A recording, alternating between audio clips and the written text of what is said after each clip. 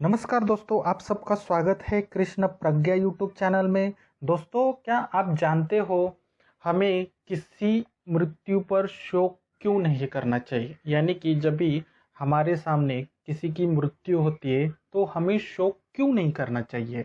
अगर दोस्तों आपको इस प्रश्न का उत्तर जानना है तो आपको जो भगवत गीता का दूसरा अध्याय है उसमें श्लोक संख्या जो 25 है उसको समझना बहुत ही जरूरी है। और हमारा श्लोक है ये, अव्यक्त अयम अचित्य अयम अविकारो अयम अमुच्यते तस्मादेवं विदित्व एनम अनुशोचतु महर्षि।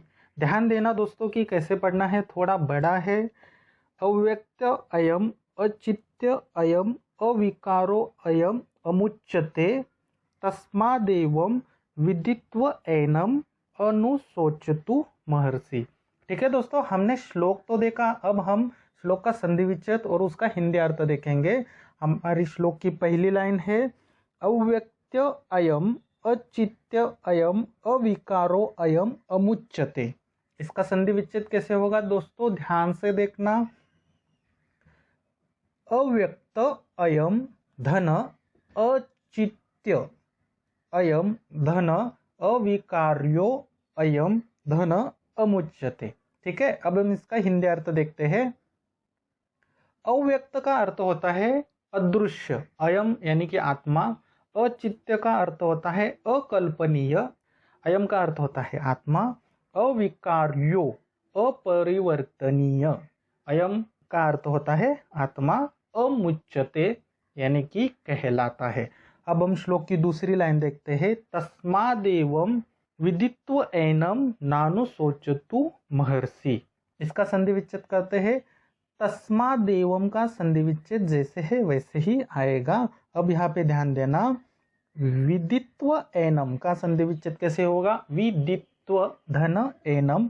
और यहाँ पे ध्यान देना, नानुशोचन्तु महर्षि बोलते समय नानुशोचन्तु महर्षि बोलते हैं, लेकिन संधि विच्छेद कैसे होगा, अनुशोचतु महर्षि। ठीक है, दोनों भी बराबर है, नानुशोचतु महर्षि भी बराबर है, अनुशोचितु महर्षि भी बराबर है। चलिए हम लोग अब हिंदी अर्थ देखते हैं कि क्या है। तस्मात् का अर्थ होता है अतः, इस प्रकार। विदित्व एनम का अर्थ होता है आत्मा को जानकर। और अनुशोचितु महर्षि का अर्थ होता है शोक करने योग्य नहीं है। ठीक है दोस्तों, तो आज हमने दूसरे अध्याय का जो 25वां श्लोक है उस श्लोक का संधि विच्छेद और शब्दशः हिंदी अर्थ देखा। चलिए देखते हैं संस्कृत श्लोक कैसे पढ़ते हैं और श्लोक का हिंदी अर्थ क्या है। और जो हमने प्रश्न देखा था उस प्रश्न का भी उत्तर ढूंढने का प्रयास जरूर करेंगे।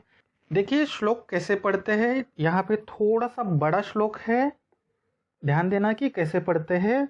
अव्यक्त अयम अचित्य अयम अविकारो अयम अमुच्यते तस्मादेवं विदित्व एनम नानुशोचतु महर्षि। ठीक है, अब हम थोड़ा फास्ट बोलेंगे। अव्यक्त अयम चित्य अयम विकारो अयम अमुच्यते तस्मादेवं विदित्व एनम अनुशोचतु महर्षि। बोलिए, मेरे साथ बोलिए ताकि आपकी भी प्रैक्टिस हो सके। अव्यक्तो अयम अचित्य अयम अविकारो अयम अमुच्यते तस्मादेवं विदित्व एनम अनुशोचन्तु महर्षि। ठीक है दोस्तों, अब हम इसका हिंदी अर्थ देखते हैं। भगवान श्री कृष्ण अर्जुन को क्या बोल रहे हैं, अव्यक्त अयम अचित्य अयम अविकार्यो अयम अमुच्यते। इसका अर्थ होता है आत्मा अदृश्य है, आत्मा अकल्पनीय है कि आत्मा की कल्पना नहीं की जा सकती। आत्मा अपरिवर्तनीय है, यानी कि आत्मा दूसरे आत्मा में परिवर्तन नहीं कर सकती। जो हॉरर मूवीज में दिखाते हैं ना कि एक शरीर में दूसरी आत्मा और एक शरीर में दो आत्मा, ये ऐसा हो नहीं सकता। आत्मा आत्मा के परिवर्तन नहीं हो सकता, ऐसे कहते हैं। देखिए यहाँ पे भगवान श्री कृष्ण क्या बोल रहे हैं कि आत्मा अदृश्य है। सही भी है कि क्योंकि आत्मा हमें दिखती नहीं है। आप ठीक है महसूस कर सकते हो, लेकिन आत्मा खुद की भी आत्मा हम देख नहीं सकते, वो अदृश्य है, अकल्पनीय है। उसकी कल्पना भी नहीं की जा सकती कि आत्मा दिखने में ऐसे है जैसे हमारा शरीर है, वैसे आत्मा की कोई कल्पना नहीं कर सकते। कोई आत्मा को दिए की ज्योति जैसे बताता है तो कोई लाइट जैसे बताता है, तो उसकी कोई कल्पना नहीं कर सकते। आत्मा अपरिवर्तनीय है, यानी कि आत्मा परिवर्तन भी नहीं कर सकती और ये उसके गुण भी है। चलिए दूसरे श्लोक में क्या बोल रहे हैं भगवान श्री कृष्ण, तस्मात् देव विदित एनम नानु सोचंतु महर्षि। अतः इस प्रकार आत्मा को जानकर शोक करने तुम योग्य नहीं है। देखिए, आत्मा अदृश्य है, अकल्पनीय है, अपरिवर्तनीय है, ऐसे कहते भी है। तो भगवान श्री कृष्ण क्या बोल रहे हैं, ऐसे तुम आत्मा को जानो और शोक मत करो। तो यहाँ पे हमने पहले का प्रश्न देखा था कि हमें किसी भी मृत्यु पर शोक क्यों नहीं करना चाहिए, क्योंकि आत्मा क्या है, अदृश्य है, अकल्पनीय है, अपरिवर्तनीय है। और जब भी आत्मा एक शरीर धारण करती है, उस शरीर की अवधि समाप्त होती है, तो आत्मा क्या करती है, जैसे हम कपड़े बदलते हैं वैसे ही आत्मा शरीर बदलती है। तो हमें किसी की भी मृत्यु पर शोक करना उचित है नहीं, क्योंकि देखिए हर किसी की एक वैलिडिटी होती है। वैलिडिटी का मतलब क्या है कि एक कपड़े की वैलिडिटी होती है, एक कंप्यूटर की वैलिडिटी होती है, एक औषधि होती है उसकी भी वैलिडिटी होती है। यानी कि अमुक अमुक जो समय है वहाँ तक ही वो चलेगी, उसके बाद वो कुछ काम की नहीं रहेगी। सेम हमारा शरीर भी ऐसा ही होता है। तो भगवान श्री कृष्ण यही कह रहे हैं कि ऐसे तुम आत्मा को जानकर शोक करने योग्य नहीं हो, क्योंकि आत्मा अदृश्य है, अकल्पनीय है, अपरिवर्तनीय है। ठीक है दोस्तों, यही है इस श्लोक का अर्थ। कुछ प्रश्न है तो कमेंट बॉक्स में प्रश्न जरूर करना। बहुत इजी श्लोक है, इसमें ऐसा कॉम्प्लिकेटेड कुछ है नहीं है। चलिए देखते हैं श्लोक कैसे याद रखें विद विजुअलाइजेशन। किसी भी श्लोक को याद रखने के लिए हम विजुअलाइजेशन करते हैं, और विजुअलाइजेशन करते समय हमें जो 5 ज्ञान इंद्रियां भगवान से मिली है उसका यूज जरूर करना है हम लोगों को। कृपया करके आंखें बंद कीजिए। आपके सामने भगवान श्री कृष्ण है, श्री कृष्ण के सामने आप हो, आपके बाजू में अर्जुन है। बहुत ही अद्भुत संवाद चालू है। भगवान श्री कृष्ण हम लोगों को, मुझे, आपको ज्ञान दे रहे हैं। विजुअलाइजेशन में मैं भी आपके साथ में हूँ। बहुत सारे भाई बहन हमसे जुड़े हुए हैं। मुझे तो बहुत आनंद आता है दोस्तों इस विजुअलाइजेशन में। ऐसे प्रतीत मुझे होता है कि साक्षात भगवान श्री कृष्ण मेरे समक्ष खड़े रहकर मुझे भगवत गीता सिखाते हैं, और मैं अपने को बहुत ही भाग्यशाली समझता हूँ कि ये मैं संवाद देख रहा हूँ और मैं भगवान श्री कृष्ण से सुन रहा हूँ। भगवान श्री कृष्ण अब अर्जुन को और हमें, मुझे, आपको क्या बोल रहे हैं कि हमारे अंदर जो आत्मा है वो अदृश्य है, वो किसी को न दिखाई देती है। तो आपको अगर किसी से डर लगता है आत्मा से, तो आज से ये डर आपका मिथ्या है, यानी कि वो झूठ है। आपके मन ने ऐसा कोई झूठ पकड़ के रखा है कि आत्मा दिखती है। यहाँ पे भगवान श्री कृष्ण बोल रहे हैं, ये मेरे शब्द नहीं है, भगवान श्री कृष्ण के भगवत गीता के शब्द है। भगवान बोल रहे हैं कि आत्मा अदृश्य है, अकल्पनीय है, उसकी कोई कल्पना नहीं कर सकती। अगर आप बोल रहे हो कि हाँ आत्मा ऐसे दिखाई देती है और आप डर रहे हो, तो भी वो आपका मिथ्या है। भगवान बोल रहे हैं कि आत्मा की कोई कल्पना नहीं की जा सकती।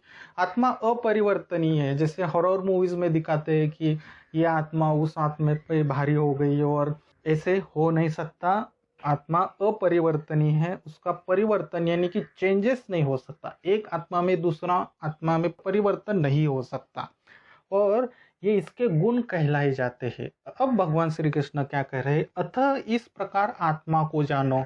ध्यान देना, जो भी अभी भगवान श्री कृष्ण विजुअलाइजेशन में बोल रहे हैं, उसको जानकर किसी के भी मृत्यु पर शोक करना आपको, मुझे, और जो भी भाई बहन ये श्लोक देख रहे हैं, विजुअलाइजेशन कर रहे हैं, उनको शोक करना शोभा नहीं देता। देखिए हम क्या है, हम शरीर नहीं है, हम आत्मा है। तो आत्मा के गुण बताए हैं।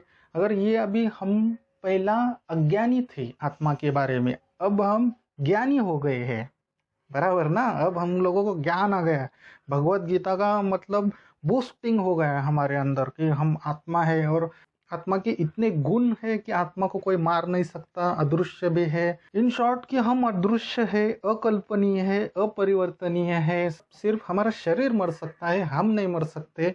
ऐसे जानकर किसी के मृत्यु पर हम लोगों को शोक नहीं करना चाहिए। ठीक है दोस्तों, आशा करता हूँ आपने बहुत अच्छे से विजुअलाइजेशन किया होगा। अब मैं श्लोक बोलूंगा, आप उस विजुअलाइजेशन को इस श्लोक के माध्यम से कनेक्ट करने की कोशिश जरूर कीजिए। अव्यक्तो अयम अचित्य अयम अविकारो अयम अमुच्यते तस्मादेवं विदित्वम एनम अनुशोचतु महर्षि। दोस्तों फिर से एक बार श्लोक पढ़ता हूँ, बहुत अच्छा श्लोक है, आनंद भी आ रहा है।